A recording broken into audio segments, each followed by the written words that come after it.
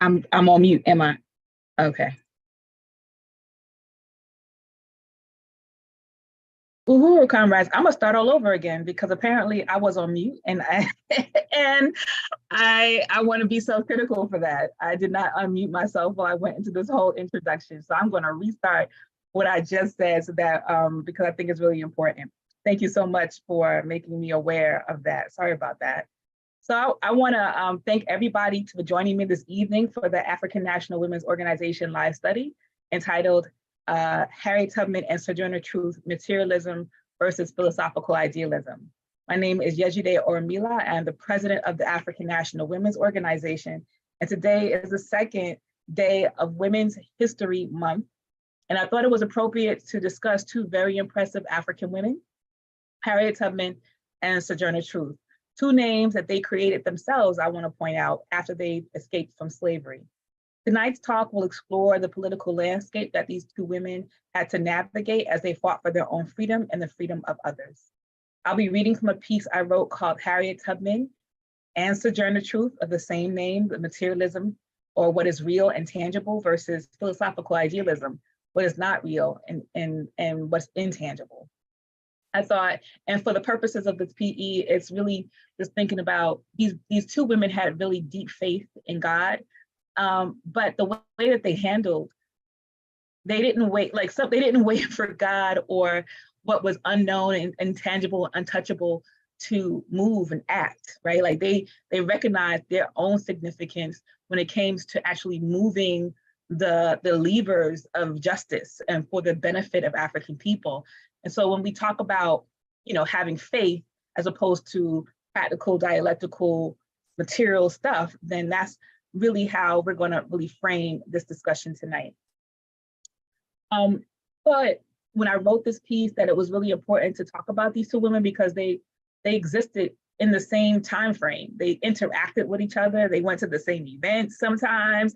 They were in the same circles, but they were on different paths. Like they were the path that they chose even reflects in today's organizing, in particular with women, right?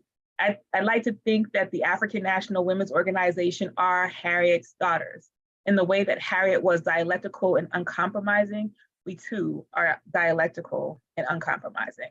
So before we dive into today's discussion, I really want to thank the African People's Socialist Party and the chairman for creating the African National Women's Organization. Since our founding in 2015, we've been developing on the strong path as a formidable organization working for and in the interest of working class African women.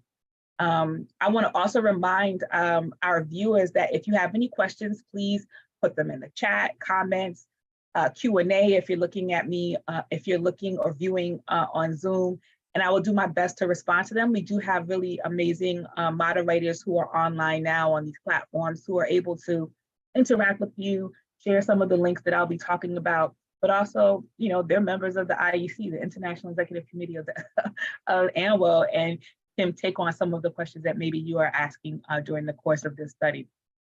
So I want to talk to you about the sponsor. So today's study is sponsored by the Colonnades Hair and Body. It's our personal hair brand that is the main economic development project for the African National Women's Organization. At the Colonnades Hair and Body, we understand that colonialism has a major impact on how we view and take care of ourselves, and thus believe that the practice of decolonization should be applied to our beauty and personal care practices.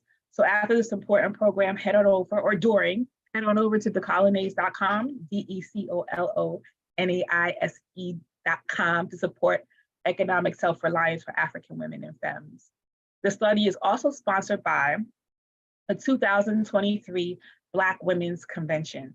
This March 24th through 26th convention in St. Louis, Missouri, is an African working class event, and we will be assembling to take on the business of deepening our assault against colonialism. And the theme of our convention is burning the system down, lifting our sisters up. In-person and virtual tickets are available now, so go to convention.anwo.uhuru.org to take advantage of that. And join us for our Black Women's Convention. This is our first convention that we've had since the colonial virus started. So we're going to be together in space, and we're also going to be together virtually, but we want as many African women in particular to show up and be counted at this really important event that we have every year. But we really want you to be in tow. And of course, others are welcome to register. But, register. So, okay, I am going to start the study talking a little bit about the landscape, the political landscape of how these women were organizing. So I'm going to read from the piece that I wrote in a few, but I really thought I think it's really important to talk about like what was happening during the early to mid 1800s, particularly in the North, and how it impacted the way and tried to impact the way and the struggles that African people were engaged in. So the abolition movement in the North was strong, right? So a lot of white people and Africans who had escaped from slavery and gone to the North really came together and said, we got to do something about this slavery problem, right? For a number of reasons. Some people thought that the enslavement of human beings was morally, morally bankrupt. Some people had religious oppositions to slavery. Some people thought that, we need to free these people so that we can gain political advantage, because if we do that, we'll have more people on our side. And so when abolition was strong, like before the Civil War, there's a lot of movement in the North in particular around organizing around abolition. And that included writing articles, telling stories, having events, in some cases actively trying to see if we can go and rescue some Africans out of slavery. And that included slavery in the North and slavery in the South. So there's a lot of activity there. So we see figures like Frederick Douglass and other figures that emerged during this time. And that's why we know so much about Frederick Douglass and Sojourner Truth and Harriet's Covenant, because it was in the abolitionists' best interest to talk about their stories, because those were the things that would advocate against slavery, that can help sway people's ideas and feelings around slavery. And so you see these Africans emerge as leaders, particularly in the intellectual circuits, Frederick Douglass, so that they can really use their story to influence and sway people's opinions around the brutalities, the savagery, and horrors of slavery. It's also important to note that around some of the time that slavery was still very near in the North. It was a very recent occurrence, right? Like people were still experiencing slavery in the North, and the abolishment of slavery in the North was very recent. So we're still trying to figure this out as we have all these groups navigating, clashing, coming together. There's a lot of activities that are also emerging around other things like voting and getting the right to vote. So we see the suffragists emerge, and these Black women clubs and women clubs emerge at the same time too. So abolition, particularly in the women's circle, was really mixed with the abolitionist work as well, right? So you see a lot of women who wanted to get the right to vote who were also abolitionists, and some women who wanted to get the right to vote because they wanted to get some of the same pie of their white male counterparts, right? So they wanted to have those same benefits and power and things like that. So one of the ways that the women's movement, the white women's movement of that time, sought to improve or deepen their case so that they can win the right to vote, was really including the stories of Black women who had been previously enslaved. So we'll talk about the Ain't I a Woman speech, or that that Sojourner gave in front of a white women's conference, right? Like we'll talk about what that was really, but like that was one of the things that that there was. It was a women's circuit, right? Like you would talk at the women's circuit. There are women clubs who were coming and hosting you, asking you to speak. And sometimes they will raise money to bring for you. Sometimes they will raise money to bring for your cause. Sometimes your story was just enough. And so, you know, particularly as it relates to white women at that time, it was very opportunistic, right? Like, for all intents and purposes, it didn't increase the lives or improve the lives of the women, the African women that went and talked to their conferences. They just used our plight to align themselves with the depravity of being a woman, right? Like these are women issues, and they wanted to include all women in that discussion. So they included Black women in the discussion, but we already know that there's no such thing as women in general. So the white women were the oppressor, the Black women were being oppressed. And they were using the stories of Black women to say, see, the condition of women is so poor. We don't even get the right to vote, and women don't get the right to own property and things like that, and kind of using as an example African women who were living in poverty and African women who were previously slaves.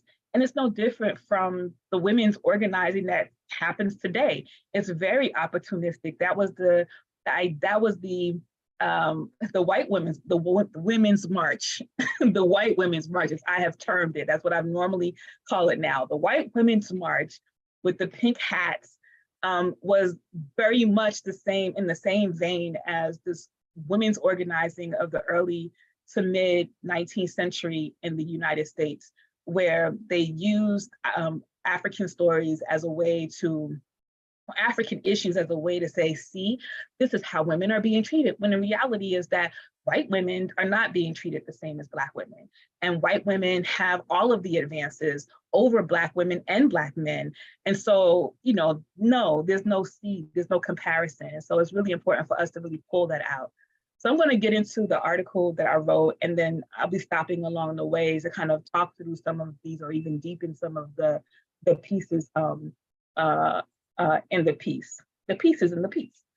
So at a time when most women enjoyed little personal freedom, and African women had almost no personal freedom, formerly enslaved African women, Harriet Tubman and Sojourner Truth, challenged their oppressors at every step. They won supporters from every sector of society and were held up as heroes during their lifetime. Neither women adopted a self-care, self-absorbed attitude typical of some of today's Black organizing. They were relentless, and we love them for it. It's because of their shining examples that we continue to hold them up today as heroes of African people. It is important, however, to draw a comparison of Sojourner Truth and Harriet Tubman in order to see the basis of the politics that both of them came to represent. While both women contributed to the historical legacy of African resistance in the United States, in particular, the different strategies and political affiliations they chose would define a historical split in the politics of African women. So even within, because some African women, they navigate towards Sojourner Truth and they identify her as one of the early feminists. And, she wasn't a feminist. She was an African woman trying to survive in the middle of chaos. Her life was filled with tragedy. Even as she's making these speeches and she's doing this work and she's fighting for her children to come out of slavery, and she's lost all of her children. She is a woman that was not specifically worried about herself as a woman. She was a woman who was concerned about her people. And so, a lot of times that we get the rewriting of history, rewriting of narratives that adopt African women in particular, particularly during this time, as women organizers. There was no space to be women organizers. And even the Black women's clubs were not women's organizers. These were women who wanted to uplift the African race out of slavery, out of bondage, out of this idea that, not idea, but out of the constructs that were created around us that said that African people were supposed to be slaves.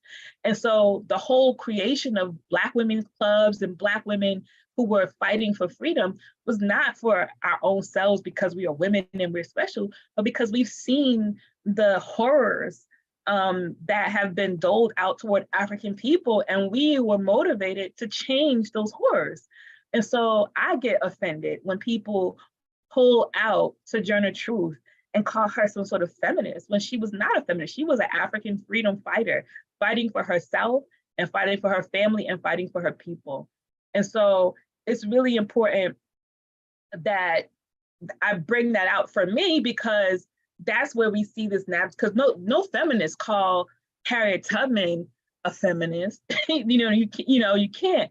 But that's why it's more easily aligned to Sojourner Truth, because number one, there's a speech documenting that she spoke at White Women's Convention, and that she was talking about herself as a woman, and that those were some of the things that kind of they have historically to prove that she was at least identified as a woman and cared about women's issues, right? But I would argue that at that time, that these women invited her to a conference and about women's issues, and she talked about herself as a woman. We're going to dive deep into that speech, so to speak, and talk about what it really pulls out. So on the one hand, Sojourner Truth is claimed by feminists because of her affiliation with the women's suffrage movement.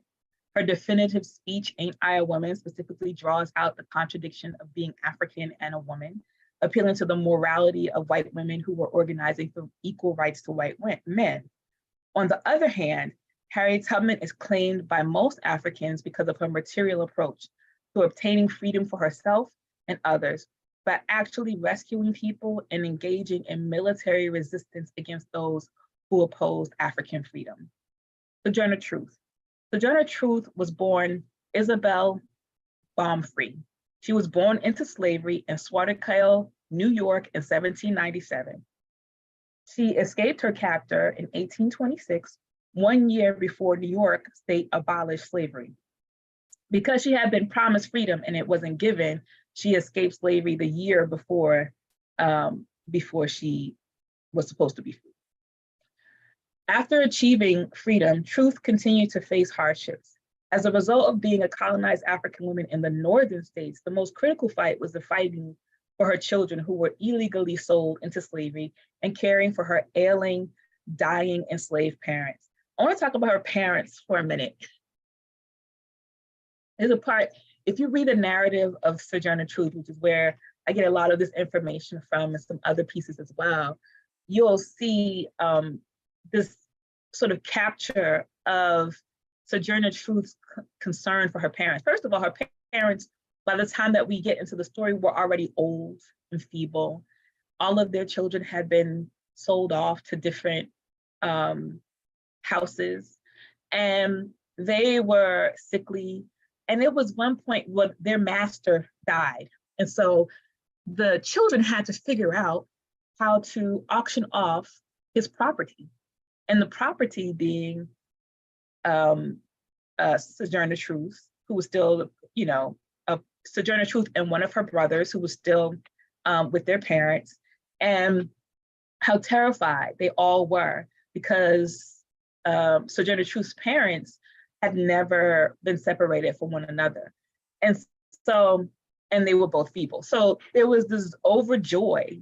So the people who were going to sell the parents was like, what are we going to do with these Africans? They are so sick. They're not even qualified to work for somebody. What are we going to do? So they decided not to sell the parents and made them live in the basement of somebody's house while they basically died over the next 4 years. Like they had food and things. But this was this kind of discarding these African people who had worked their entire lives in forced labor to northern enslavers, right?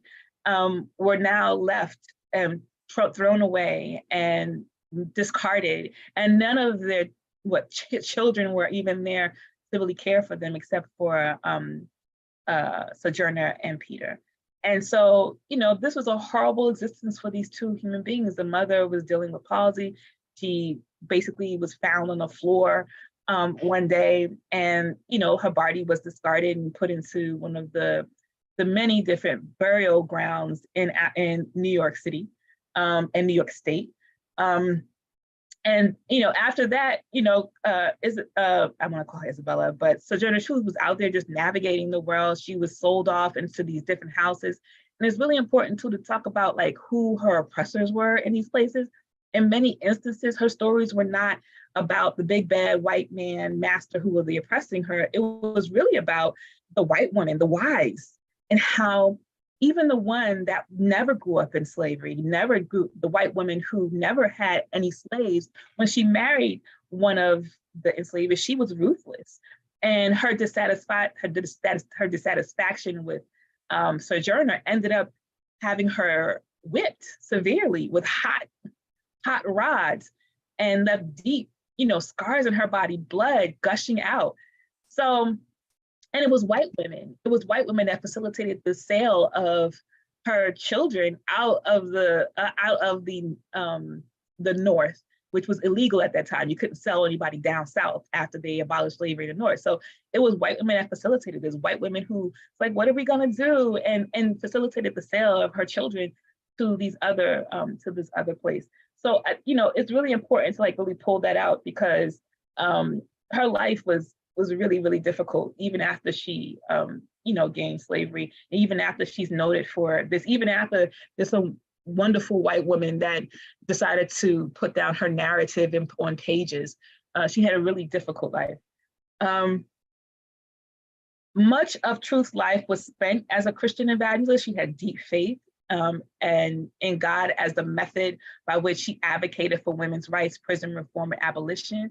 She spoke at many events sponsored by white women who required hers and other Black women's voices in the suffrage movement as a strategy for women to get the right to vote. So all women should get the right to vote. That's what the idea was when white women would say, come speak at our thing.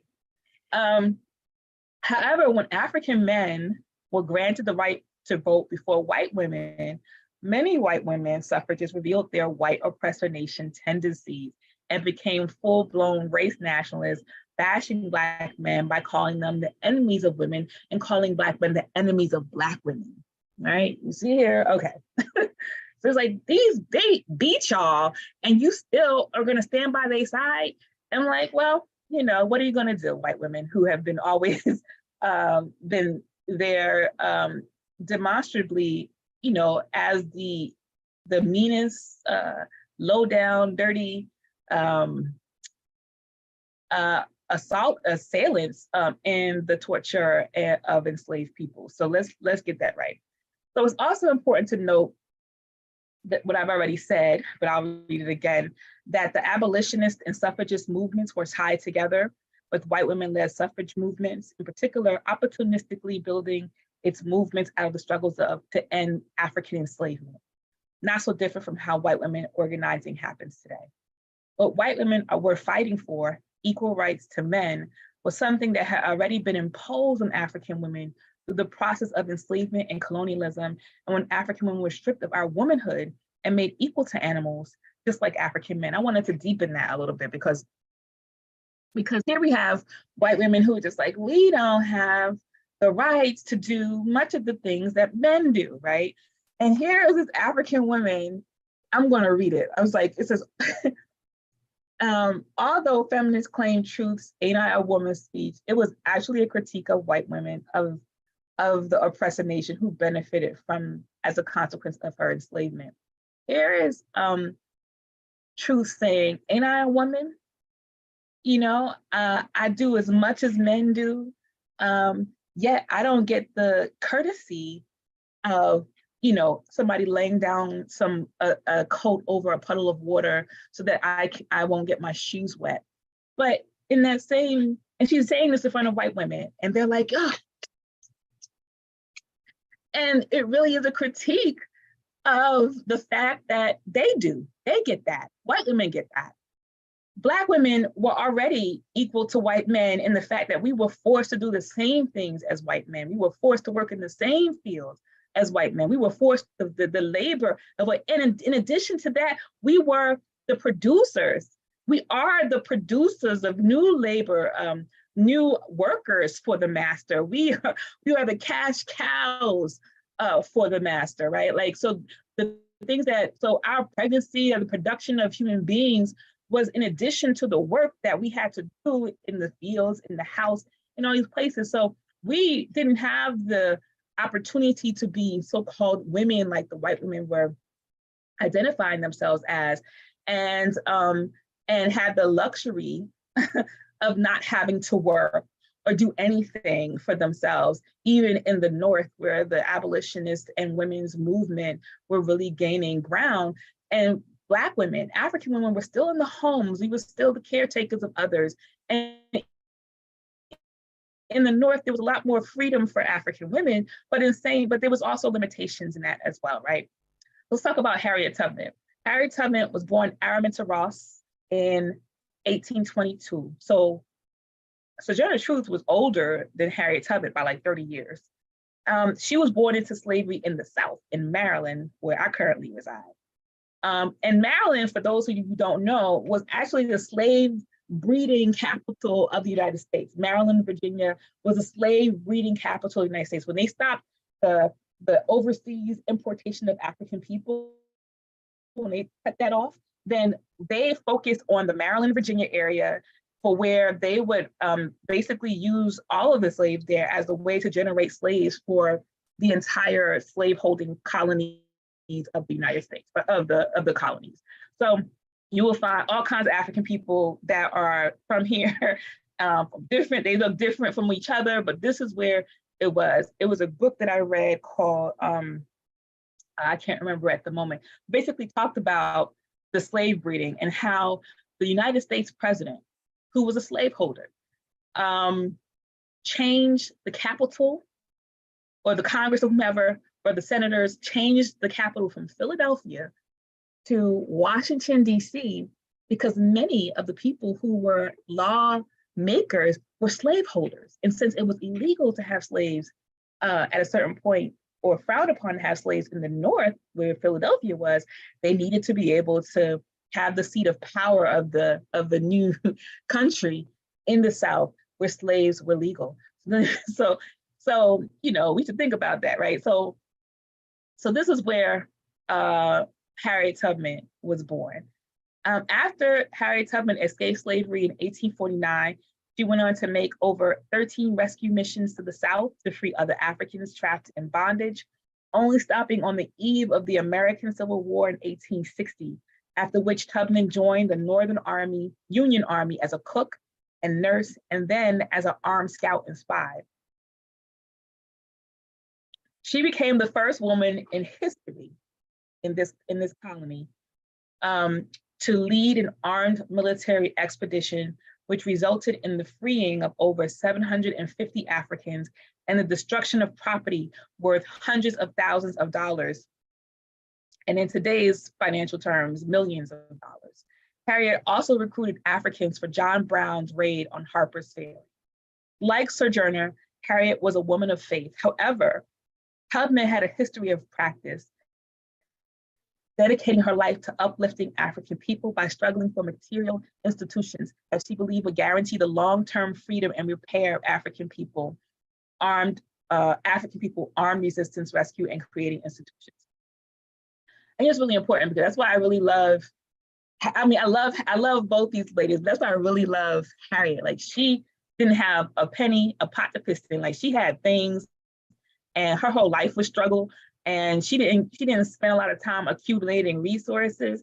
Every single thing that she did was for her people. Every single pocket, every single piece of her free time was about freeing her people. Like, she was laser focused. There was like no other thing that existed in the world. And when she couldn't go down south, she joined. Like, it was laser, right? And she wanted to build institutions. She wanted to for African people. And she went to these conferences, and with the only expectation that if I talk, I need money to help build this school. If I talk, I need money to help build this infirm home for aged Africans. If I talk, I need you to do this. It was really a transactional exchange, and it wasn't a sort of think, oh, these women like me, oh, these women want to hear my story, which I think sometimes the Sojourner was okay with. But Harriet had things to do. She got people to save. And, that take resources, and people with resources were and still is the colonizers. So she used those interactions with the colonizers to basically put forward her agenda for helping to rescue African people. So while Truth ended her life as an evangelist who stopped hating her white oppressors because she was introduced to her Lord and Master, Jesus Christ, this is what she said, y'all. Tubman lived out her life in a nursing home that she built for poor and aging Africans. Tubman had a history of measuring white people's unity by what they actually contributed to the African freedom struggle, as evidenced in her disagreement with Truth about Abraham Lincoln. And before I read this quote, I just want to draw a comparison to the African People's Socialist Party and the Hoover movement. This is the uncompromising, unflinching requirement that anybody who is in unity with the African freedom actually demonstrates that by putting forth your time, your effort, your resources toward that end. Anything other than that is smoke and mirrors, mystical. Nobody knows what the hell is happening. You know what I'm saying? So it's really important that we measure people's unity by not what they say, not what they want to do, but what they have done. And so, that's what I really love about Tubman. Her laser focus and uncompromising position was really just clear in everything that she did. And so I'm going to read this quote about why she disagreed with Truth about Abraham Lincoln. Tubman questioned Lincoln's motivation for issuing the Emancipation Proclamation and critiqued what she perceived as his slow and reluctant embrace of Black freedom. So Abraham Lincoln, the great liberator, was not quick on the draw. He was slow on the draw. And she also blamed Lincoln for the policies that perpetuated unequal pay and treatment of Black soldiers. Sojourner Truth, in contrast, readily accepted Lincoln's reputation as the great emancipator and remarked after meeting him in the fall of 1864 that she had never been treated with more kindness and cordiality than she was by the great and good man, Abraham Lincoln, by the grace of God, President of the United States for 4 more years. I think it's really important, like sometimes for African people who have been beat down by the system so much, looked down upon, just trashed, it's worth everything to be acknowledged by white people, by the colonizer. That's why I really hate the idea of Black girl magic. I don't think there's anything magic about Black people. We are not the magical Negro. We are Black people who have fought and struggled and accomplished everything practically. We dug our foot in, and there is nothing magical about it. That's real, that's practical. And so, to describe what we do and what we have done as something that is out in the world that you can't really find, you take away the agency of Black people, Black women in particular, who work hard to accomplish every single thing that they have. So, that term is kind of offensive to me, because these people who we attribute magic to worked hard for every single thing that they have. And so it really is their motivation and their stick-to-itiveness that really should be the thing that we are exalting. And so, but people get beat down by whiteness, by colonialism, right? And so when you finally get in the annals of whiteness, you to be praised by white people, to be appreciated, to be seen by white people is enough. But Harriet was just like, F you, let me tell you what you need to do. And she was just like, this is what my heart is telling me. And, this is a critique. And to be able to sum up the world, to be able to say, I have this space and I need to use this space to deepen criticism so that this person can do the right thing that will help my people. That's really important, particularly for Harriet, who, was, for all intents and purposes, couldn't read, and couldn't, and didn't have the education or the access, because Sojourner did. She was not, ain't I a woman was a term that the abolitionists put together to describe the speech that Sojourner wrote. Said, but she didn't use that vernacular. She was born in Dutch New York. She spoke perfect. Her first language was Dutch, and she spoke English. Regular English that didn't have the connotations of the Southern drawl that title would make us assume. And so, yeah. So my point was that Harriet was really not won over by Lincoln. And I think also we're seeing a changing of the guard a little bit here, because Sojourner was 30 years older and Harriet was young. She was just like, she's like the bubblegum popping, hoop wearing, so to speak, like ghetto ass woman. She's like, I ain't got time for this. She's like, let me tell you what you need to do for Black people right now. And was not satisfied until these things were addressed enough for her. And so philosophical idealism versus materialism. So the divergent paths are clear examples of the organizing principles that make up the strata of African organizing today, and what African People's Socialist Party defines as philosophical idealism versus materialism. As described in the following excerpt from An Uneasy Equilibrium, Parasitic Capitalism versus African Internationalism, written by our chairman, Umalia Shatella. Idealism is an erroneous, petty bourgeois view that sees ideas, gods, or the spiritual or other greater power as the primary force that determines reality. Idealism teaches that there are aspects of life or the universe that are static and unknowable. The materialist worldview of African internationalism informs the African working class that the world can be changed, and that it is our responsibility to change it. African internationalism is the theory that requires action, the unity of theory and practice. I really love this, because I didn't grow up as a Christian, so I don't know what it means to but I grew up in faith. Like, my family is I grew up as a Muslim. But there is a certain responsibility that is removed from oneself when we say we're going to give it up to God and we're going to do X, Y, and Z, and these type of things. And this is not to make a dig at people who are religious, but because both of these women were very religious. Both of them believed deeply in the God and the Most High, but how they interpreted that on the ground was very different. So Nat Turner was also very deep. Nat Turner was a preacher, right? Nat Turner was a preacher, but the preacher went and burnt people's houses down, cut necks and throats, killed them. It's like, we're gonna be free, God willing. You know what I mean? And so that kind of practical application of what freedom means for people is not just to be satisfied with the pain and horror and the conditions that people are feeling and experiencing on the ground, and not just saying that this thing is happening to us because of, God willed it to, but to say that this person is human just like I am. This person bleeds just like me. This person gives birth like me. This person, has all these, and I want to know why it is that they are in that condition and I am in this.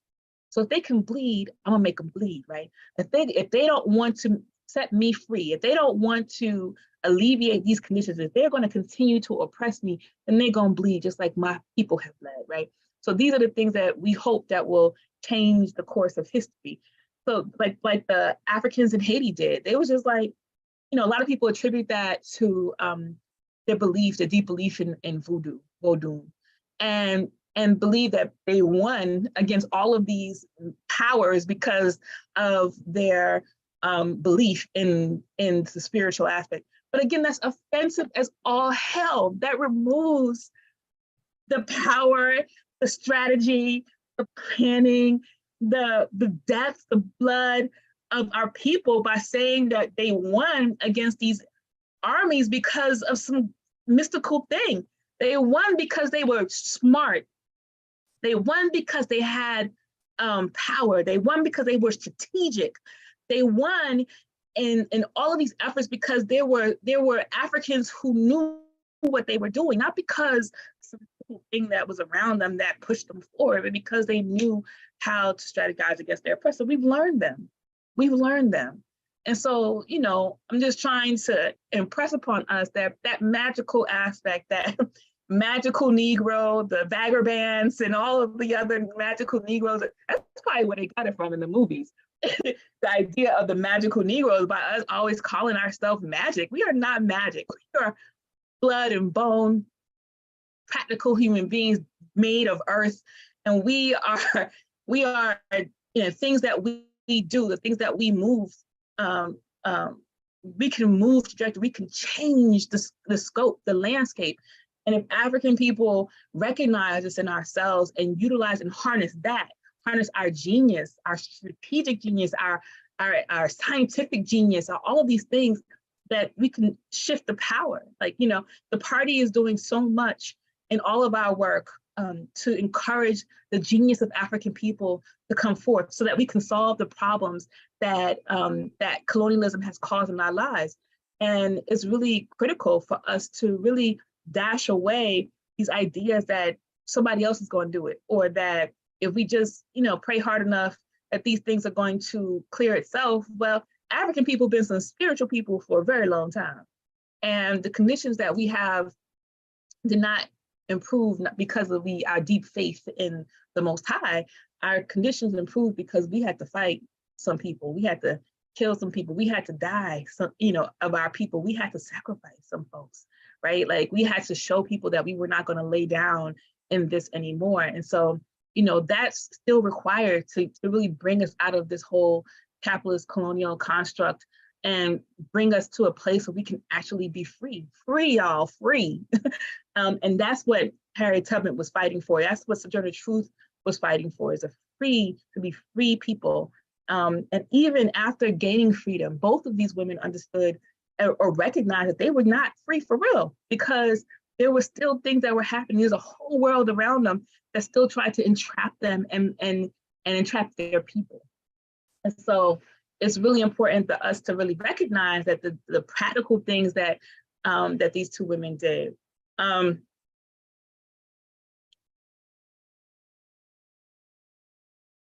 Okay. Tubman took on the great task of changing the world by doing.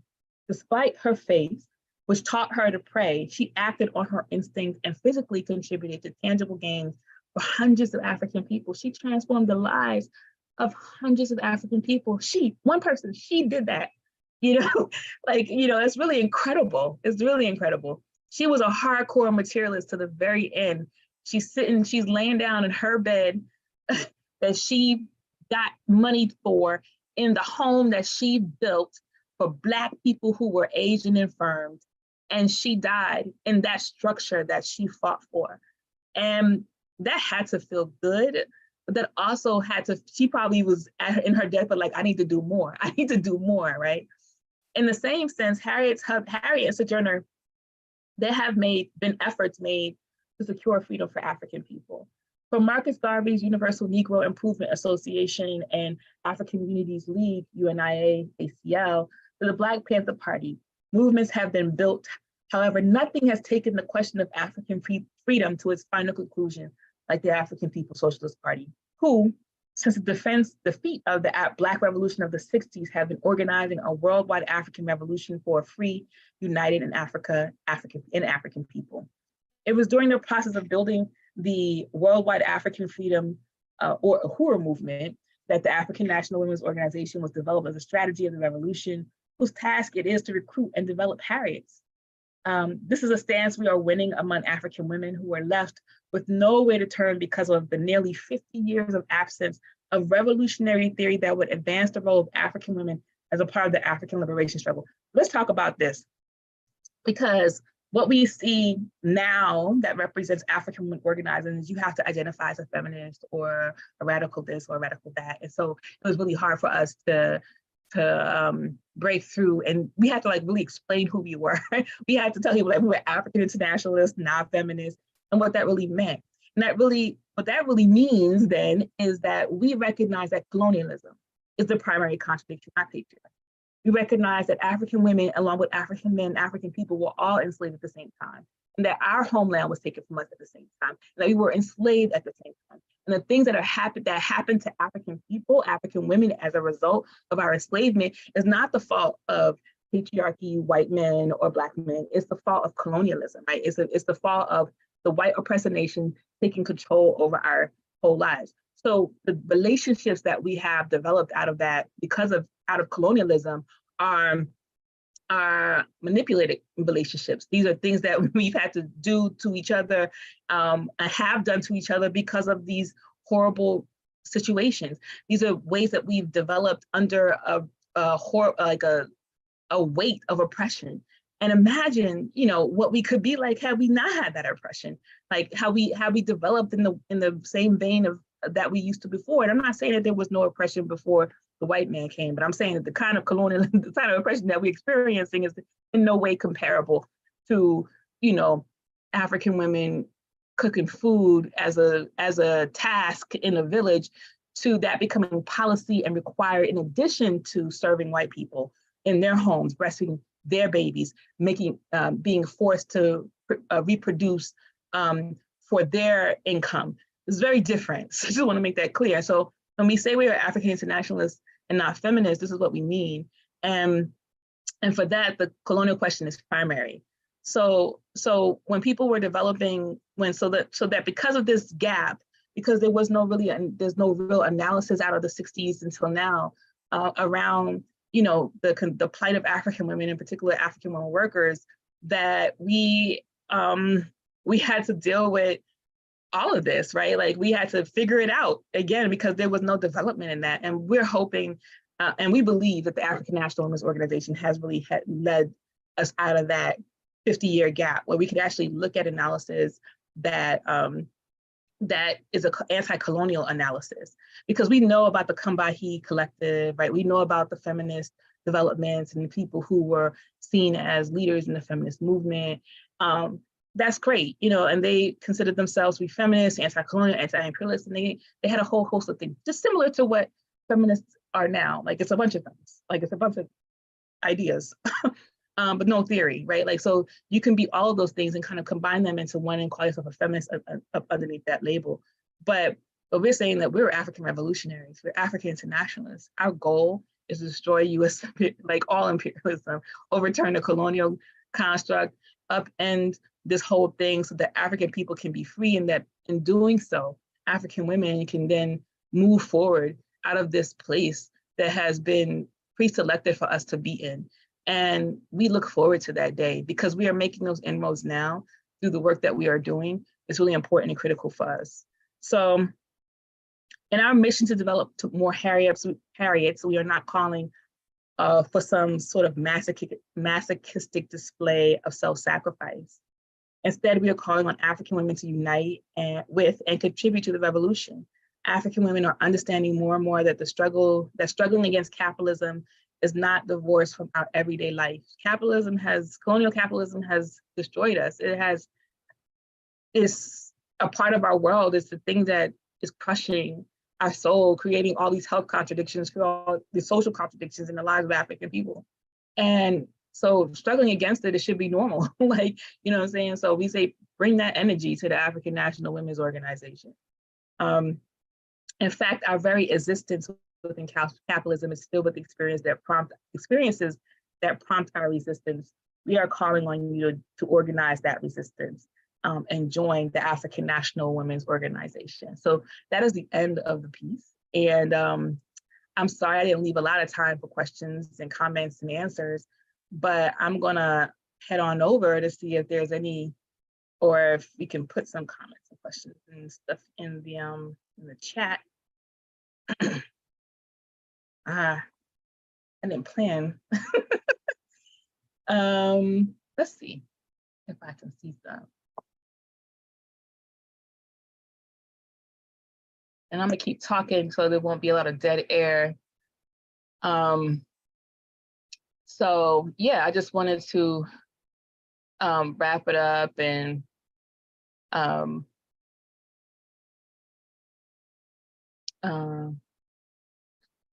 he's like, okay, I'm trying to look through all these comments and questions. Okay, gotcha. Okay. All right, not a lot of comments. I mean, not a lot of questions. I see the comments, so I appreciate them. And how do you feel about gender? Do you think trans women are women? Okay, without revolutionary theory, there could be no revolutionary movement. Okay. So I'm wondering where that question on gender comes from and how it relates to the political education that we're talking about.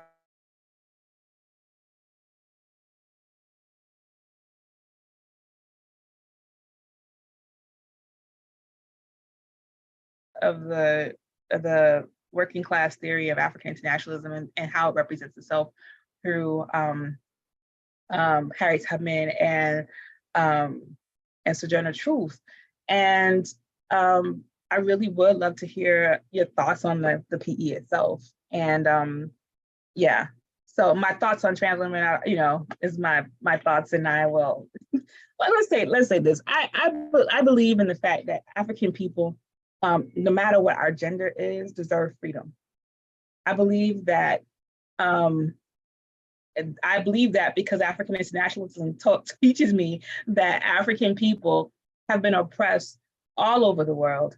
And our responsibility, no matter who, if we are trans, if we are straight, if we are not straight, if we are all of the things, that our responsibility as African people is to fight for freedom. And a lot of times, the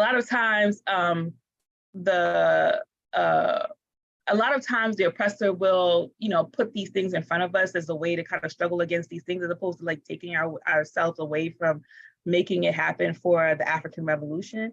So I see Rage puts in here that gender is a colonial concept and construct, and it is, but I think that, our responsibility then is to deal with the question of colonialism.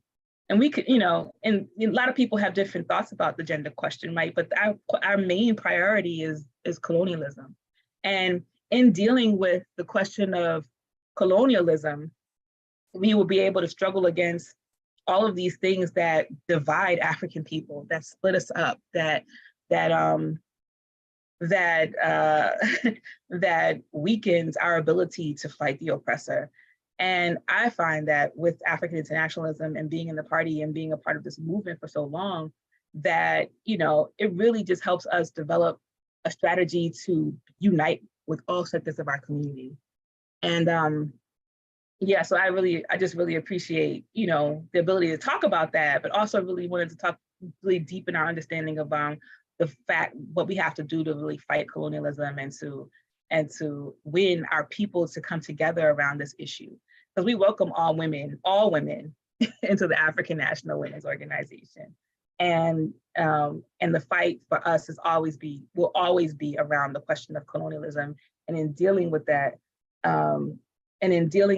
we need to really focus our energies on, really struggling against all the backward notions, all of the things that can harm other African people, and to even bring other African people who from different walks of life to the understanding that, sis, we got to get free. That should be that's a t-shirt for me. Sis, we got to get free. You know what I mean? So yeah.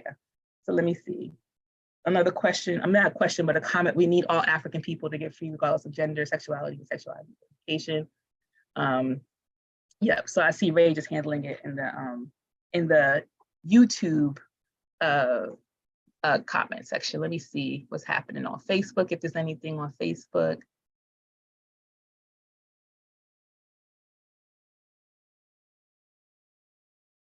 I see some comments over here. All right, y'all. I think I can see.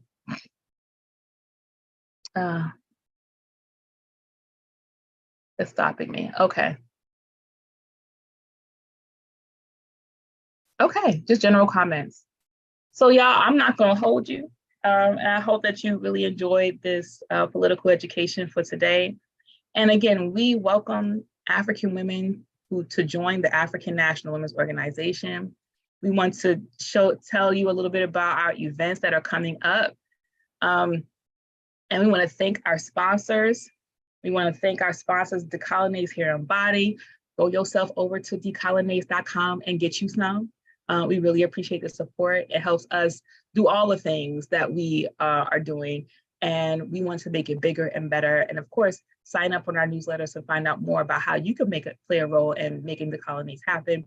And of course, the 2023 Black Women's Convention that's coming on March 24th through the 26th in St. Louis, Missouri. If you can also get a virtual ticket. You can also participate wherever you are in the world, and we welcome you to be a part of that. So thank you to these two sponsors, which is us, you know. Upcoming events. So ANWO DC, Washington, DC has our next open meeting on March 11th. We want you to go to anwomem.weldapricot.org/events to get a look at what our events are and register for them, RSVP. Our next event webinar will be FBI attacks, why African women need to be involved in the fight back, which focuses on hands off of who hands off Africa. We're going to have some dope ass African women warriors in that webinar. We're going to have Deputy Chair Odazane Shatella. We're going to have Director Akile Anai and Wazy Odom, the leader of the Hands Off Wahoo chair of the Hands Off Wahoo campaign. So we're really excited about that. So next week, Thursday at 8 o'clock, I believe I have it on there for 8 o'clock. Register for that so that you won't miss it and you'll get all the updates, right? So make sure you get to that link, which is anwomem.weldapricot.org/events. And then ANWO Los Angeles is having a meeting on March 11th. We're bringing it. They're going to be at Nile Valley Wellness in South Street, Long Beach, California, and register for that. We want as many African women to be a part of that event because we're building all over the country, and we expect to, in this year and beyond, to build in other places around the world. And of course, the Black Mothers March, May 14, 2023. We are making a stand in Washington, D.C., defending the lives of African families and children and moms and fathers who have had their children taken by the state. And so we need y'all to go to blackmothersmarch.com, register to be in Washington, D.C. and stand with these families. If you are a family that has been impacted, you should be here too. And if you want to share information about this, register for this event. It's super important. And yeah, super important. So I want to thank everybody for their thoughtful questions, for your thoughtful comments, for watching me as my mouth got a little dry. And I hope I was able to get everything out clearly. But thank you so much. And once again, thank you to our sponsors. Thank you to you. And thank you for my moderators, Coco and Rage, for holding it down, moderating on those platforms. So thank you once again. Uhuru, Vanguard up. We are winning. Uhuru.